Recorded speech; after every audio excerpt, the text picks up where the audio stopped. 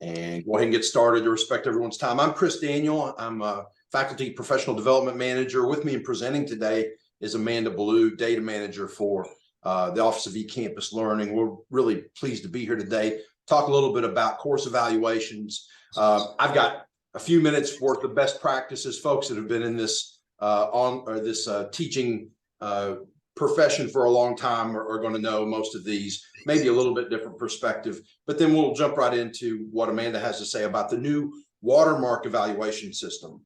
So without further ado, and make it a conversation if you like, or turn off your screen and listen along if you want to. However, you feel comfortable engaging what we're doing today. So my perspective as an instructor of graduate courses, what I think the benefits are, what is a little bit of the research tell us about the potential benefits. And I've got a reference list, very short reference list at the end for anybody interested. It shows that I'm learning too as I go. I don't think, I'm not sure after the dissertation, any of us decided we had stopped learning. In fact, I think maybe in many ways, at least for me, that was the beginning. But especially in terms of teaching a course, how do I know, term to term that I'm getting it right? Or what are some things that maybe, I hadn't thought about? Evaluations can lead into that. There's some other suggestions that I'm going to make here in a second that really help me. I'm curious to know, at some point, what, how you all use them and what kinds of lessons have you learned? But also, it's sometimes the one consistent opportunity we get to get at those data points, to understand a little bit better the student experience. And sometimes there are things unsaid or unobserved in the regular process of teaching a course. Also, these standardized questions can track the situation and progress and events over time. And I think as we go along, I've heard it said faculty think in terms of years and maybe decades. Sometimes it's good to have that longitudinal data to consider. So these suggestions and best practices come to us from a 2019 study in the sort of the pharmacy teaching space. And some things I wanted to kind of go over because I thought that it was fairly interesting. And also Qualtrics has a nice article that details a couple of these. Before evaluation release, seek formative data all along the way in terms of your courses. Now, I believe seasoned folks do that to some extent. But just as an example, in my Blackboard course, I don't know if I can show it right now, but I have it open. Can you all see this? I'm in the Blackboard Ultra view now because we're thinking about transitioning, and I thought I have 7 students. I want to go ahead and see what they have to think as instructional design students. What do they think about this learning management system? So I delivered this course in Ultra. But at the end of every week, I have a simple Qualtrics 3-question survey that is, how mentally demanding was this unit for you? And it's a nice little odometer or speedometer scale from 0 to 10. How satisfied were you with this unit? A frowny face to a smiley face. And what went well, what could have gone better? And that does a couple things for me. It primes the pump for them to do that evaluation. And I feel like, I don't have any, this is anecdotal. I feel like because they're giving me this data all along, that when it comes to do that course evaluation, they'll understand that I take that seriously. I'm interested in what they have to say. And I also want to make sure that they give me the good as well as the bad. And I think that's something we focus too much on sometimes is, well, what was wrong with the course? Well, it's also a time to celebrate. The end of the term can be a time of celebration, really, or at least acknowledgement that we all made it through it. And so by priming them every week with at least the opportunity, then I feel like that makes some inroads when it comes to actually giving the evaluation. So place the survey dates in your course. Let them know there's a window that, a week after the course is over, that's too late. They need to go in and do it during the time when that window is open. And there are a lot of reasons, I think, administratively as well as in terms of validity, why we do it, why we have those windows. Tell students how you've used the feedback that's been provided in prior terms, and also how you plan on using it moving forward. I believe that when they think that you take that seriously and you develop an action plan based on some of the things that you hear, of course, not everything, then they'll be more inclined to give that evaluation feedback. Also, remind the students, obviously, you all know this if you've taught even one course, but you don't see those, and it's anonymous, until after the grades are in, until everything's said and done, basically.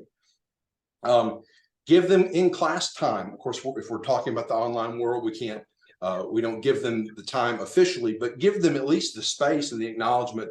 Look, I realize this is going to take, a few minutes of your time at least, and maybe more if you're very thoughtful about it. So, give them the space and acknowledge that, it's going to take them a little extra time.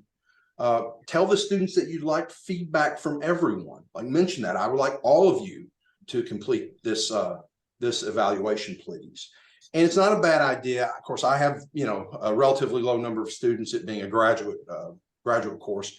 I just send them a personal reminder. Hey, I'd really appreciate it if you'd fill this out for me. And we can use Microsoft Word to create a quick form letter and populate the student email, so that if there's a bunch of students, like 30, 40, you set up that form letter one time with an Excel spreadsheet, and you can click a button, and then that personalized email goes to everybody. I could show somebody how to do that if anybody's interested later. And that's through the actual program, the Watermark program? No, not that. But what I'm doing is I'm creating a Word letter to them. Okay. Populating it with Excel spreadsheet data, and it's sending a personalized email. It takes 15 minutes to set that up one time, and then you can just basically hit send, put in a subject line, hit send, and it goes. So it's not onerous, and it's real easy, I shouldn't say easy, but it's very straightforward to get your roster data from Blackboard. You can also pull it from EK Direct as well. If you want to see that afterwards, Stephanie, let me know. I'll show you kind of how it works. Encourage that constructive feedback. For me, constructive implies a more holistic term. You want to know what went well so that future students can receive the same benefits that they received. And I also ask them to be descriptive. A lot of times these surveys, our survey instrument, asks, how well did you find the technology? And for example, or what was the most effective piece of technology in the course? Well, it's time for them to be descriptive if at all possible. So again, results are anonymous as well. So be sure that they know that you're not going to, there's no witch hunt, as it were, for somebody that wants to leave constructive criticism, I should say. So some of these best practices come from that pharmacology study. It was a meta-analysis. I think they looked at 200 various evaluation studies and came up with some best practices. And this is not the exhaustive list that they came up with, but these are some things I think that EKU's evaluation sort of adheres to. 10 to 20 rating scale questions. Questions should be neutral, framed neutrally. In other words, what did you like most? Maybe that's sort of a leading question. What were the effective aspects of the course? They should contain at least one written response. They should ensure students understand the questions that are being asked. And I'm not sure, I don't know to what extent we do that formally. I think that happens sort of as an informal part of the evaluation process. A 4 to 5 point rating scale with a not applicable option. And I'll leave that presentation. I can send that to you all. I'll make it part of our IDC page for this presentation, so you can download that later. You can ask me for it if you like. Anything to offer? Questions, comments?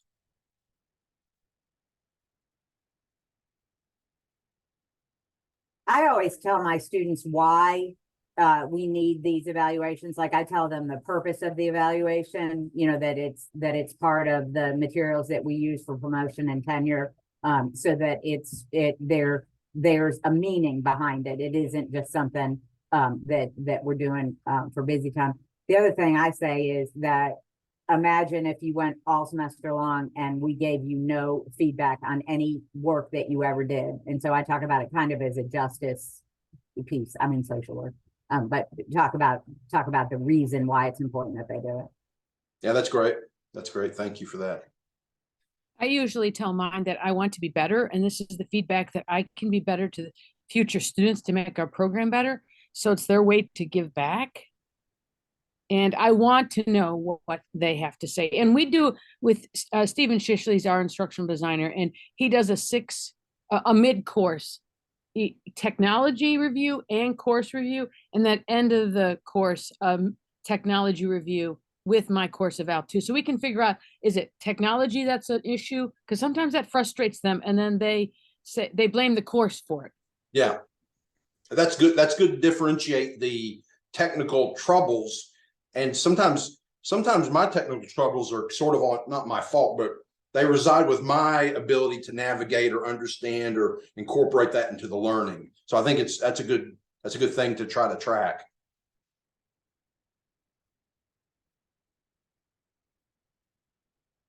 Anything else?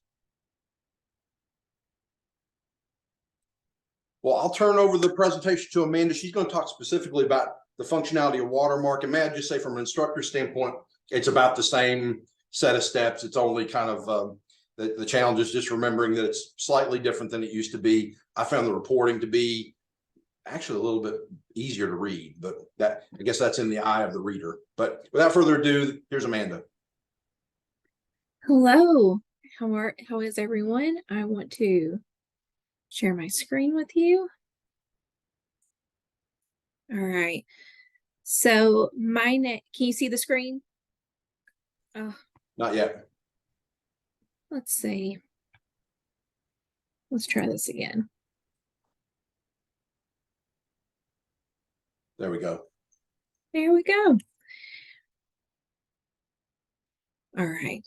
So I'm Amanda Ballou, and I am the data manager for eCampus. And I wanted to introduce 3 essential skills faculty need for Watermark course evaluations.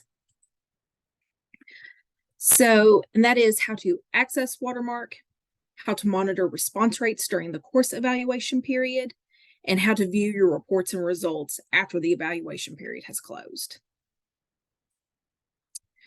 There are 2 ways faculty and students can log into Watermark, and a username or password is not required.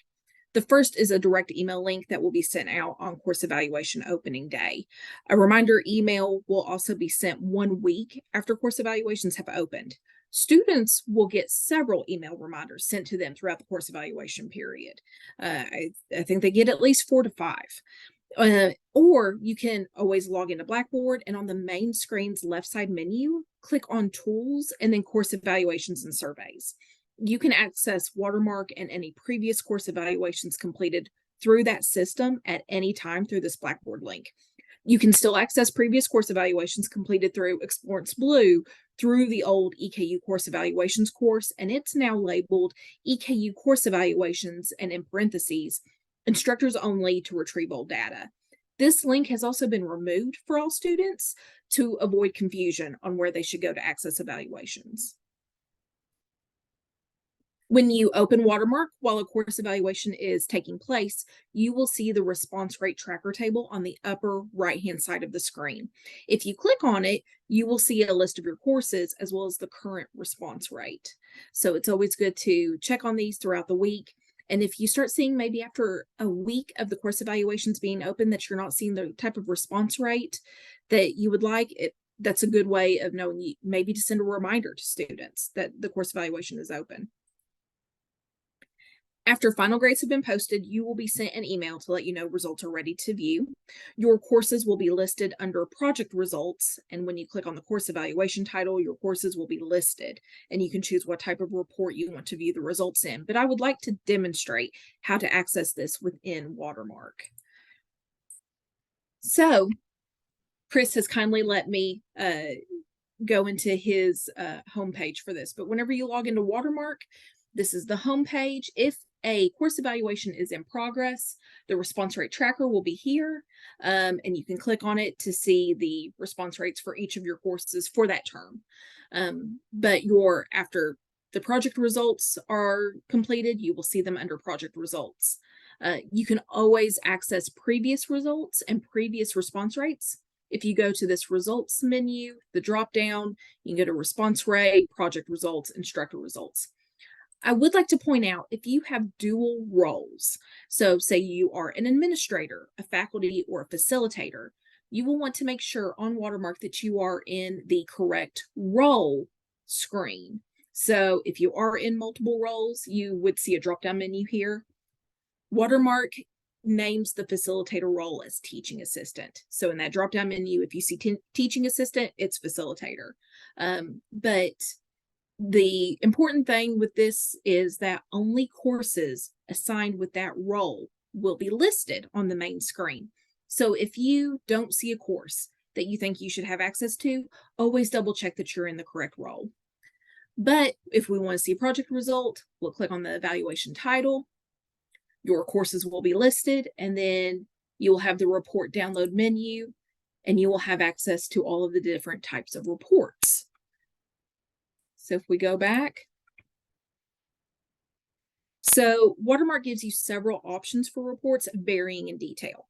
So the detailed contains graphics and all metrics available at the course level. Detailed with comments will include all graphics, metrics, and student comments. The short report is a condensed version of the detailed report minus the graphics, or you can have a short report with comments included. The response report shows responses by individual student, but student names are anonymized. And the raw data report is an Excel file of responses, timestamps, and course information.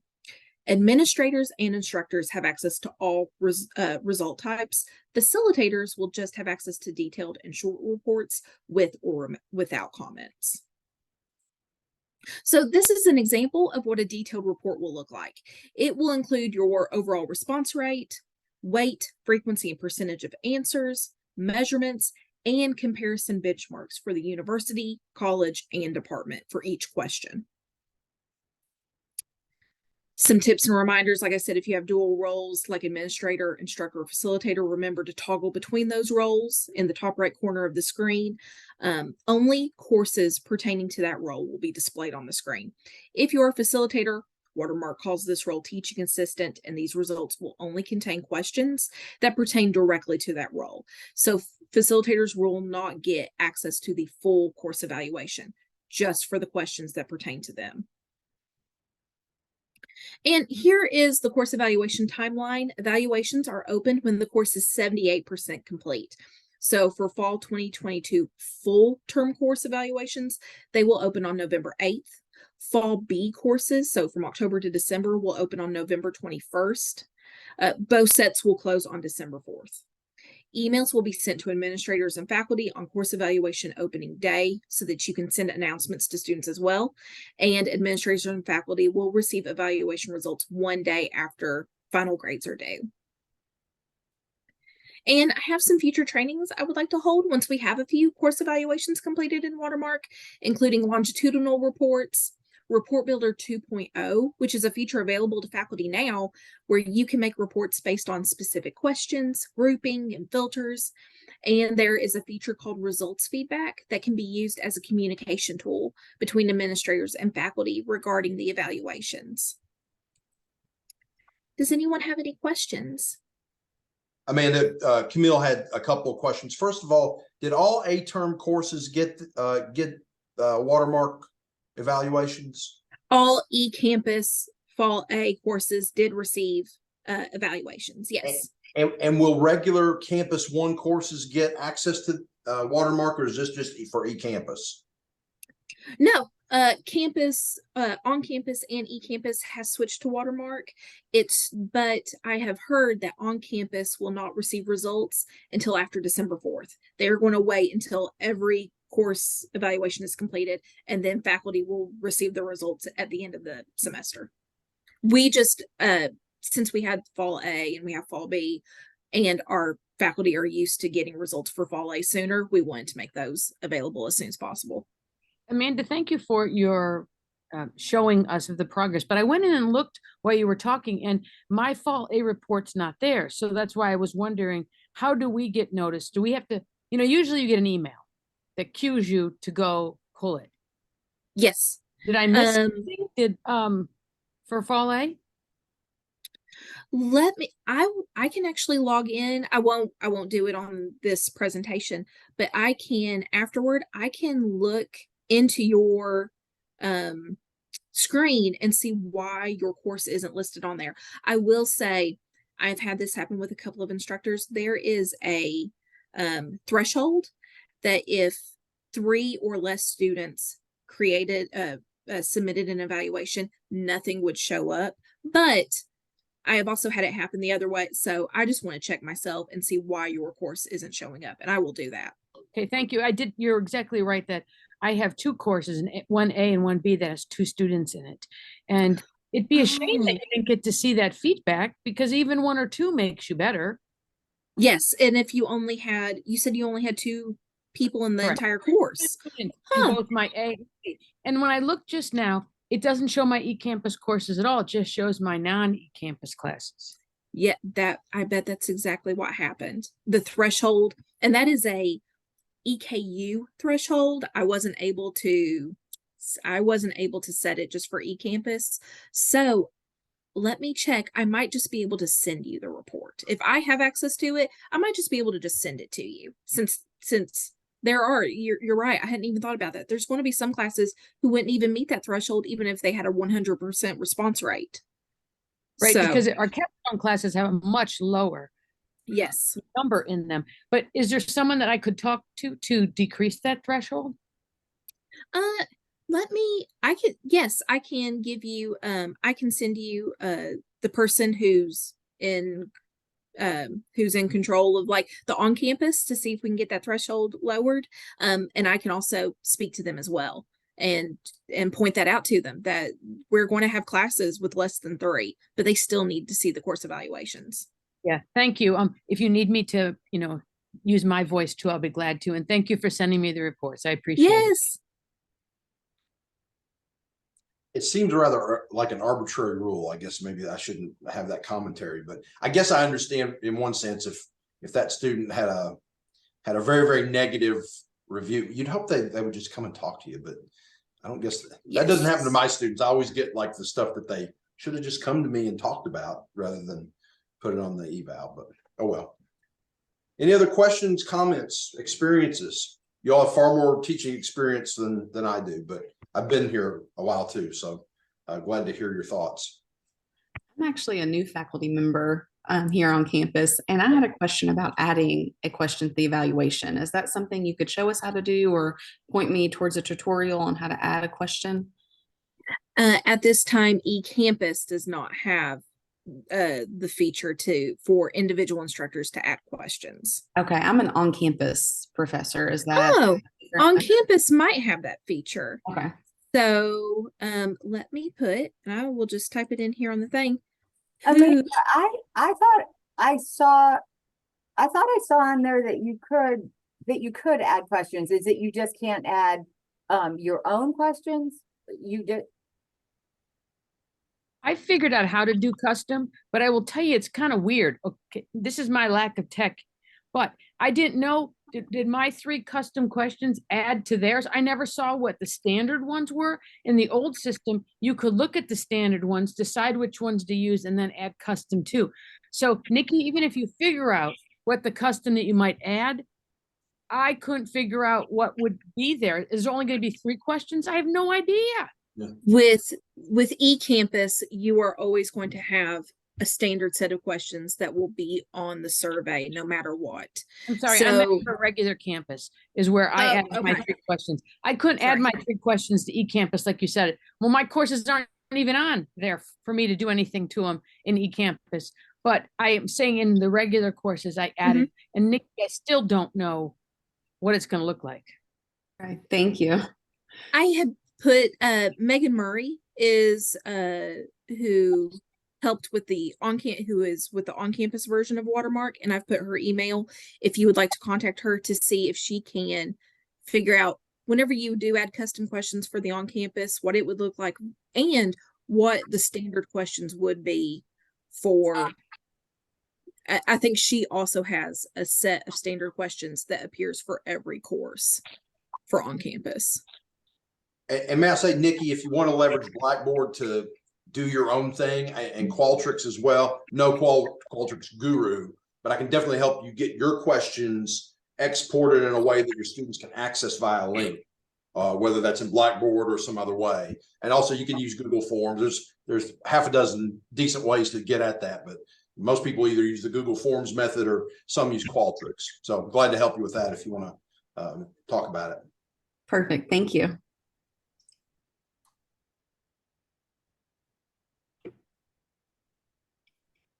What other experiences would you like?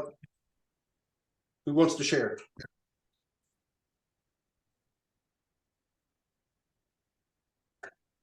Just please know that, as faculty, this is one more thing. I get it. Like every time we meet, it's one more thing. Right? Please don't hesitate to let somebody help you, whether it's me or Amanda. And I've got the tech side of it. Camille, it sounds like you're getting great support with Stephen Shisley, and he's very diligent and he knows what he's doing. I hope that you asking questions at midterm and differentiating between tech problems and instructional problems is something that you're able to get at. But let us help, even if you're not part of eCampus. I'm the buck can stop with me, and we'll figure out where to get you help from there. We really want to make sure that you all feel supported in what you're doing, because I know this is like some of it's just drudgery, and we recognize that. Sometimes it feels like two different worlds, because eCampus, Stephen, is extremely responsive to us. But then I agree with Nikki that in the regular campus, it's hard to sometimes get assistance. But we did get an email, Nikki, that had some links in it of how to add a custom question. Did you see that? Yeah, I think I did. I have to go back and find it. I'm going from a staff position to a faculty, and I was not prepared for the amount of emails that faculty get. It's Welcome to incredible. our world.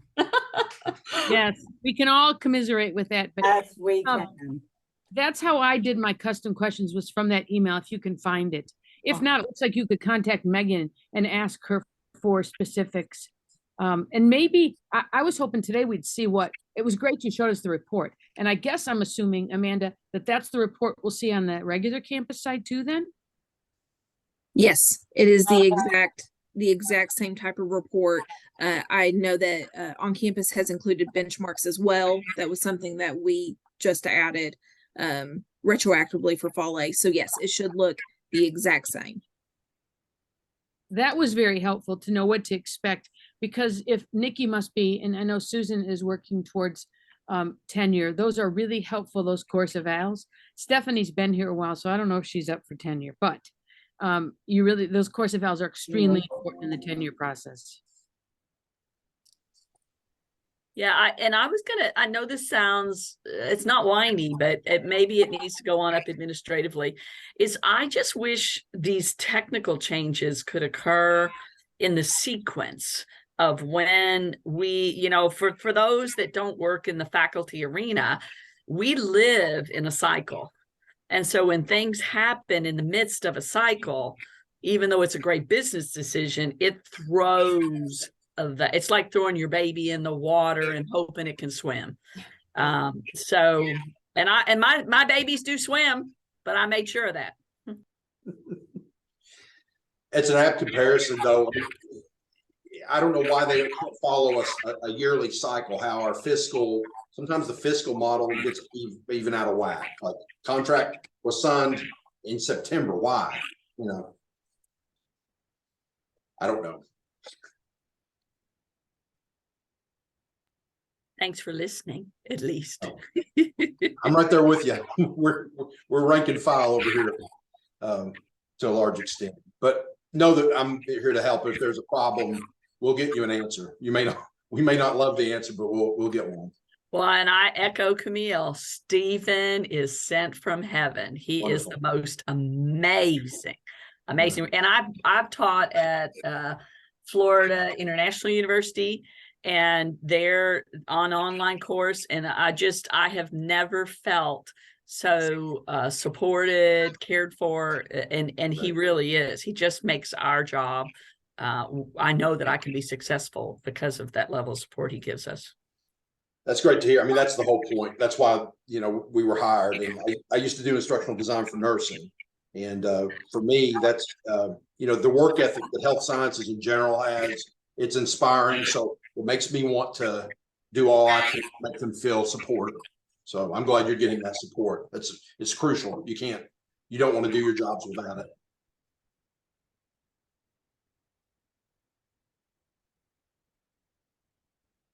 Well, if there's nothing else, last call. I'll go ahead and stop the recording. And I thank each of you for showing up today. Let's keep the dialogue going. Chris.Daniel@eku.edu, Amanda.Ballou@eku.edu. Let us know how we can help. We're committed to helping you all feel supported and actually supporting you. Thank you.